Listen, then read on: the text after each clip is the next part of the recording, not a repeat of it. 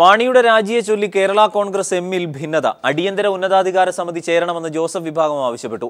PC. Joseph ഉൾപ്പെടെയുള്ള നേതാക്കൾ മാണി രാജിവെക്കണമെന്നും ആവശ്യപ്പെട്ടു.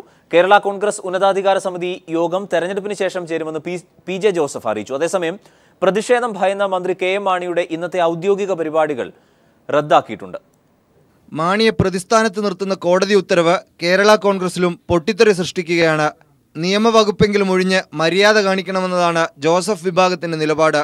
ഒരു പടി കൂടി കടന്ന് ആരോപണമുയർന്നപ്പോൾ രാജിവെച്ചിരുന്നെങ്കിൽ നിലവിലെ പ്രതിസന്ധി ഒഴിവാക്കാമായിരുന്നുവെന്ന് മുൻ ഉന്നതാധികാര സമിതി അംഗം പി.സി. ജോസഫ് തുറന്നടിക്കുന്നു.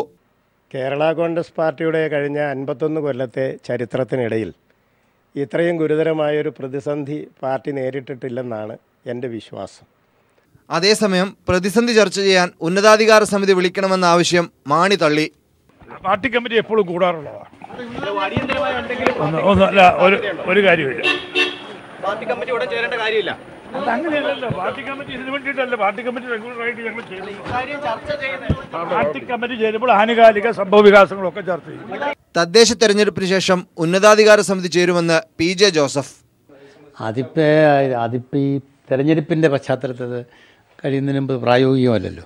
അത് കഴിയുമ്പോൾ സ്വാഭാവികമായിട്ട് യോഗം ചേരും. അല്ല, ഏതായാലും ഈ തെരഞ്ഞെടുപ്പിൻ്റെ പശ്ചാത്തലത്തിൽ തെരഞ്ഞെടുപ്പ് കഴിഞ്ഞതിന് ശേഷം സ്വാഭാവികമായിട്ട് യോഗം ചേരും.